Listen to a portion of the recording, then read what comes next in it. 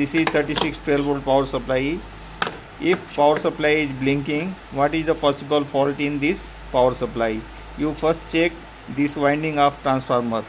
This is the primary winding, two winding, one for supply to MOSFET and other is for second supply for IC. This winding, this diode and this resistance. This resistance is common fault for blinking. And in secondary, autocoupler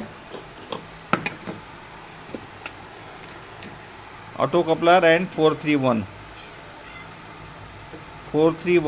this transistor.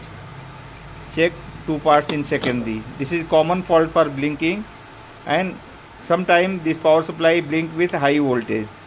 If this power supply blink with high voltage 50-55 volt, check this zener. This zener is open.